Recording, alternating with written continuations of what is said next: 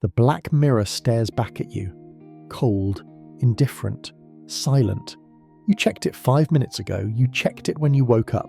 You checked it in the middle of the night, blind with sleep, hoping for a notification that never came. The silence isn't just quiet. It is heavy. It sits on your chest like a slab of concrete, crushing the air out of your lungs, making every breath a conscious, painful effort. You are currently living in the gap between who you were and who she wants you to be. And right now, your instinct is screaming at you to close that gap with noise. You want to send the text. You want to write the paragraph. You want to explain, to rationalize, to apologize. You believe that if you can just find the perfect combination of words, you can unlock the door she slammed in your face. You think logic will save you. You think your feelings matter. They don't. To her, your desperation is not romantic. It is repulsive. It is weak. It is low value. Every time you reach out, you confirm exactly why she left. You are proving that she is the prize and you are the fan. You are validating her ego while destroying your own. You are digging a grave for this relationship with every double text, every just checking in, every pathetic attempt to stay on her radar. She doesn't need to hear from you. She needs to wonder if you still exist. You're going to do the hardest thing a man in love can do. You're going to do absolutely nothing. You're going to sever the connection. You're going to become a ghost. This is not a game. This is not a trick to get a text back. This is a complete psychological reconstruction of your reality. We are going to take the anxiety burning a hole in your stomach and we are going to surgically transplant it into hers. She thinks she won. She thinks she has you in her pocket waiting for her to snap her fingers. She is wrong. You believe you lost her because of a mistake. You think it was the argument about the dishes, the forgotten anniversary, or the time you looked at another woman too long. You're obsessing over the symptoms because you're too afraid to look at the disease. You didn't lose her because you made a mistake.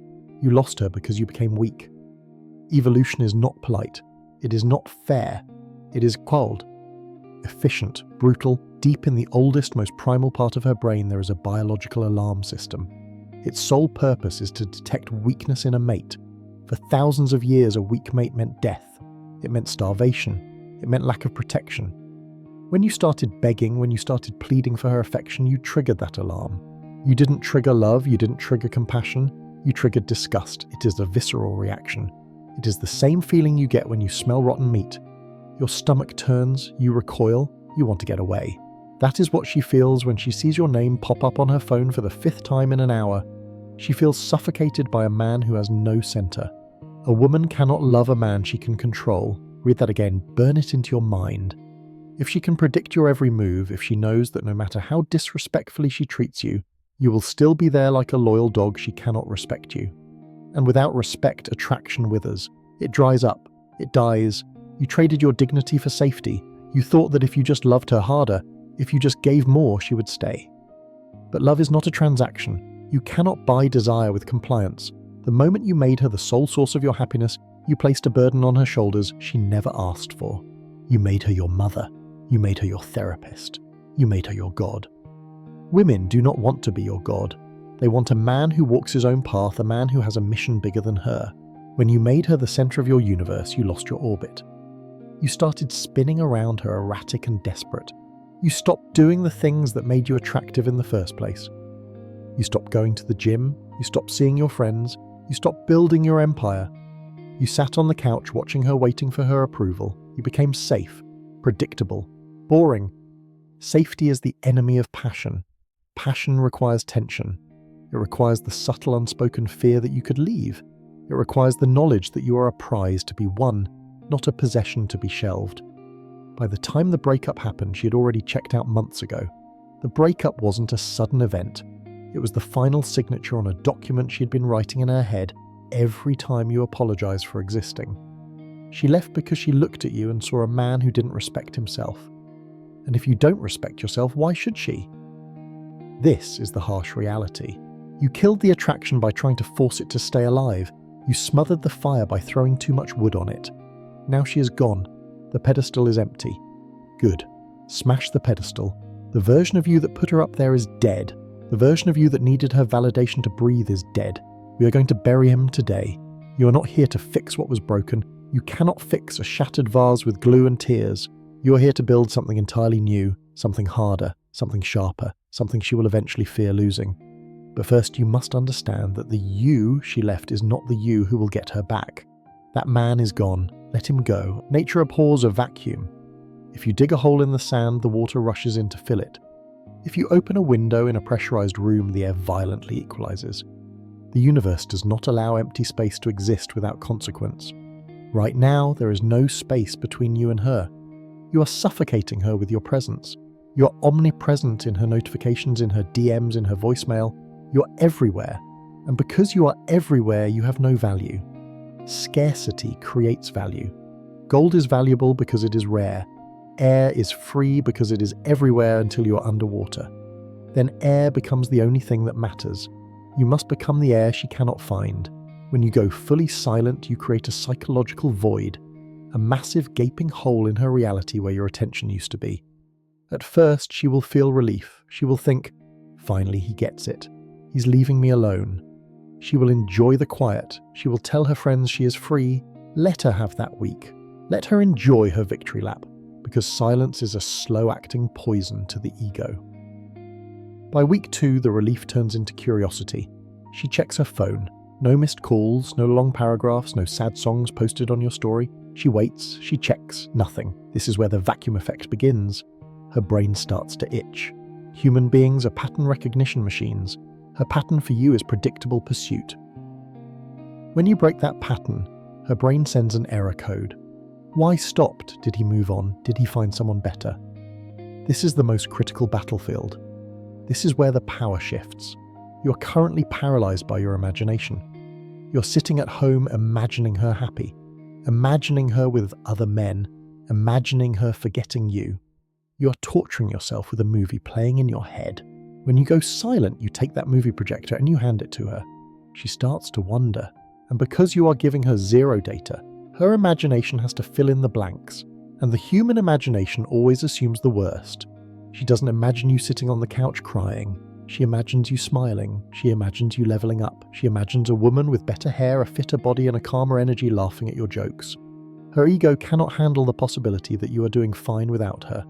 This is the anxiety transfer. Right now, you are carrying 100% of the anxiety in this dynamic. You're holding the heavy bag. You're the one checking the phone. You're the one stressing. Drop the bag, walk away. When you drop it, she has to pick it up. She will start to feel the weight of the silence. She will start to reread old texts, not to remember the bad times, but to find clues. Did I miss something? Was he actually the one who got away? There is a psychological phenomenon called the fading affect bias. And it means that over time, the brain naturally forgets the negative emotions associated with memories faster than the positive ones. The arguments, the nagging, the stress, those memories fade. The laughter, the intimacy, the connection, those memories remain vivid. But this bias only works if you are absent. If you keep calling her, you are constantly refreshing the negative cache in her brain. You're reminding her of the needy, desperate version of you. You're resetting the clock on her bad memories. You must disappear so completely that she begins to question her own reality. She needs to feel the cold draft of a life without you, not the idea of it, the reality of it. She needs to reach for her phone to tell you something funny and then remember she can't. She needs to have a bad day and realize you aren't there to validate her. She needs to feel the solitude. You are stripping away her safety net. Up until now, she's been walking a tightrope knowing you are the net underneath. She could jump off, take risks, be disrespectful because she knew you would catch her. Remove the net. Let her look down and see the abyss. Let her feel the vertigo of true independence. Only when she fears falling will she respect the stability you provided. This is not manipulation. This is gravity. You are simply letting the laws of physics take over. You are stopping the artificial engine of your desperation and letting the natural weight of your absence crush her resistance. Silence is loud. Silence is aggressive. Silence is the only shout she will hear. You are going to commit to a 90-day protocol. This is not a challenge. This is a death sentence for the weak man you are today, and a birth certificate for the man who wakes up on day 91. You will not contact her. You will not stalk her social media. You will not ask her friends about her. You're going into the dark. This is the timeline of your reconstruction.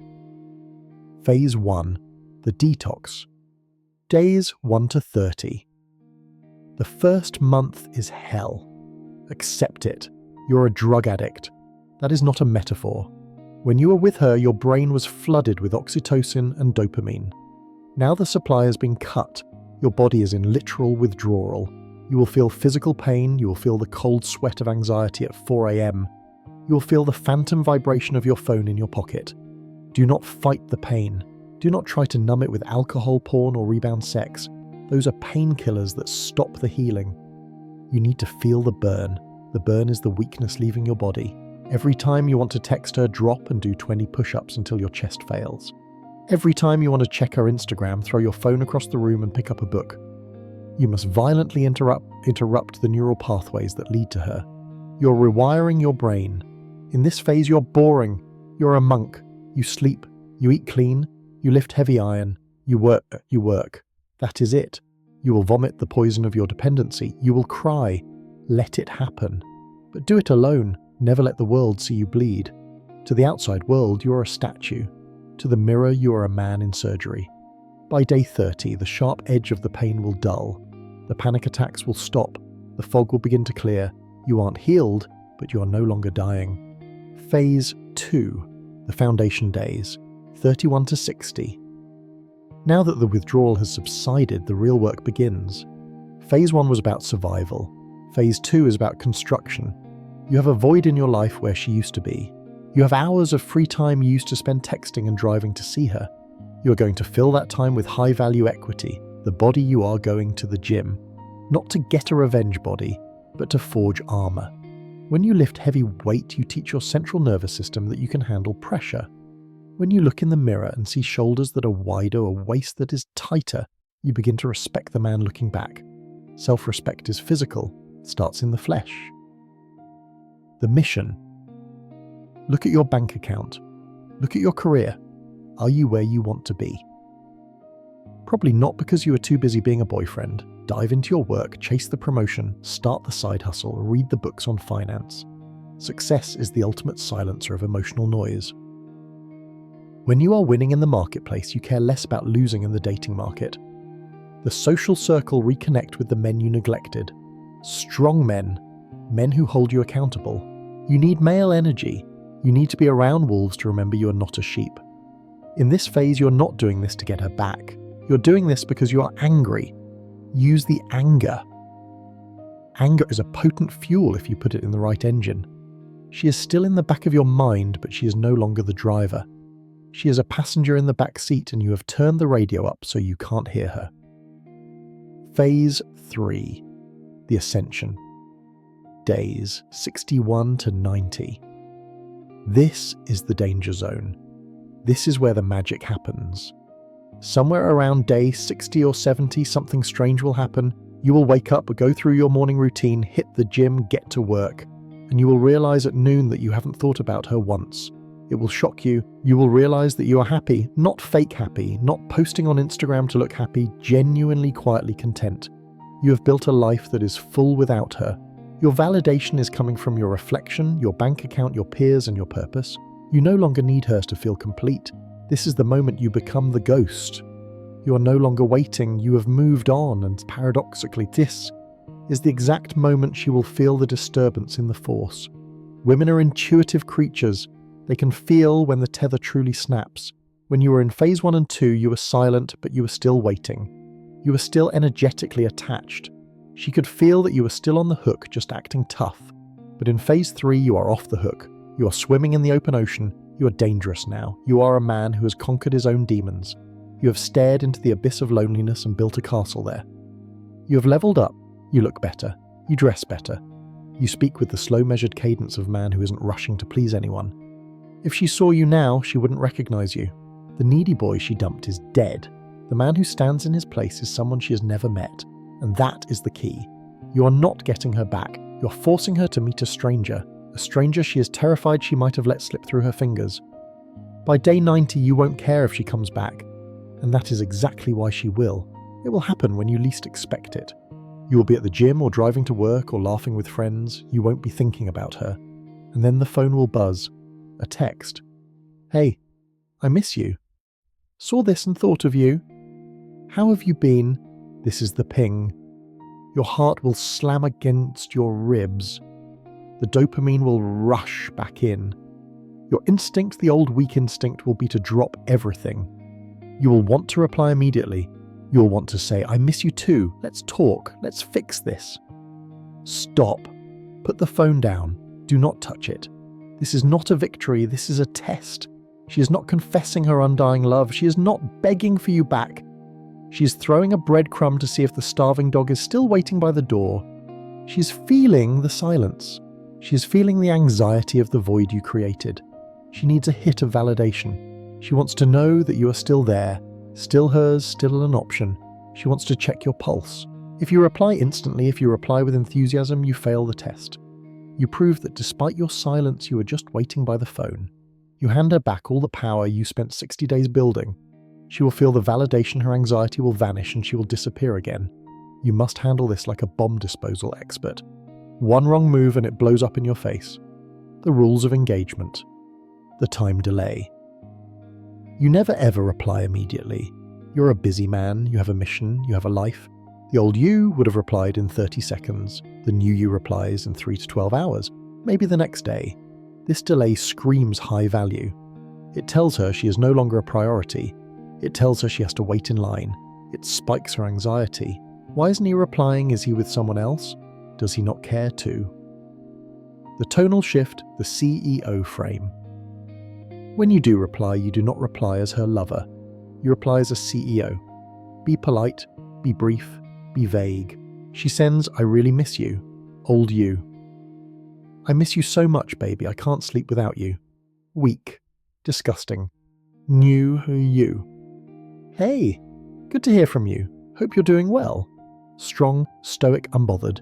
You're matching her text, but you're subtracting the emotion. You're giving her nothing to grab onto. You're a smooth wall. 3. The mirroring minus 20%. Whatever energy she gives you, give back 20% less. If she writes a paragraph, you write a sentence. If she writes a sentence, you write 3 words. If she sends an emoji, you send nothing. You must always be the one who cares less. The person who cares less controls the interaction. The reattraction process. She will likely try to pull you into a conversation. She will ask questions. She will try to reminisce. Remember that time we went to the beach? Do not engage in nostalgia. Nostalgia is the friend zone. Nostalgia is the past. You are the future. Keep your answers short. Positive but short. "Yeah, that was a fun trip." End of sentence. No follow-up question. You are forcing her to work. You are making her chase. If she wants to see you, she has to earn it. She has to pursue you. Eventually, if she is persistent, she will ask to see you. Or she will complain that you're being distant. "You seem different. You're so cold now." This is a good sign. It means the ghost is working. When she asks to see you, you do not jump. You check your schedule. "I'm pretty slammed this week. I might have an hour on Thursday evening. Come over for a drink." Notice the frame. You're not going out on a date. You're not taking her to dinner. You're allowing her into your world for a brief window of time. "Come over to my place," or "Meet me at bar near your house." It is on your terms, on your turf, on your time. When she sees you, she will see the physical changes, the muscle, the posture, but more importantly, she will feel the energetic change. You are not leaning in. You are leaning back. You are not asking for her approval. You are assessing her. You are looking at her and thinking, "Do I even want this back?" That question, that genuine lack of thirst, is the most potent aphrodisiac in the world. She expects the puppy. She gets the wolf. The wolf does not beg. The wolf does not explain. The wolf simply is. She will feel a mix of fear and arousal. The fear of losing you for good and the arousal of being in the presence of a man who cannot be controlled. She will come back. Not because you asked her to, but because her biology leaves her no choice. Here is the ultimate irony of this entire process. If you follow this path, if you embrace the silence, if you build the body, if you crush the mission, if you become the ghost, she will come back. It is almost a mathematical certainty. She will come back because she has to. She will come back to see if the change is real. She will come back to claim the prize she foolishly discarded. But here is the secret I have been keeping from you until this very moment. By the time she comes back, you probably won't want her anymore. This is the great paradox of the high-value man. The man who is capable of attracting her back is not the same man who lost her. The man who lost her was needy. He was desperate. He thought she was the prize. He thought she was the sun, and he was just a cold planet hoping for warmth. But the man you have become, the man who survived the 90-day hell, the man who built armor in the gym and wealth in the marketplace, the man who learned to be alone and found peace in the silence, that man has standards. When she finally returns, knocking on your door trying to slide back into your life, you will look at her, really look at her, and you will notice something terrifying. She looks smaller. She hasn't changed. She is the same woman with the same insecurities, the same drama, the same flaws. But you have grown. You're a giant now, and from your new height, she no longer looks like a goddess. She looks like a regular human being who made a mistake. You will realize that she was never special. Your love made her special. Your attention gave her value. Your validation was the light that made her shine. Without you, she is just a woman. And you will realize that the prize you were chasing for 3 months was never her. The prize was you. The prize was the discipline you forged. The prize was the self-respect you earned. The prize was the knowledge that you can walk through fire and come out unburnt. You have taken the pedestal out from under her feet and placed yourself upon it. So when that text finally comes, and it will, you will have a choice. A real choice. Not a choice made out of fear or loneliness, but a choice made out of power. You can take her back. You can invite her into your new reality on your terms as a guest in your kingdom, or you can leave her on the doorstep. You can delete the text. You can turn your back and walk toward a woman who never needed to lose you to realize your worth. The choice is yours. And that freedom, that absolute, terrifying, beautiful freedom, that is what it means to be a man. So I leave you with one question. A question for the dark, quiet hours of the night. When you look in the mirror tomorrow morning, who stares back, a boy waiting to be chosen or a king who chooses, the decision is yours.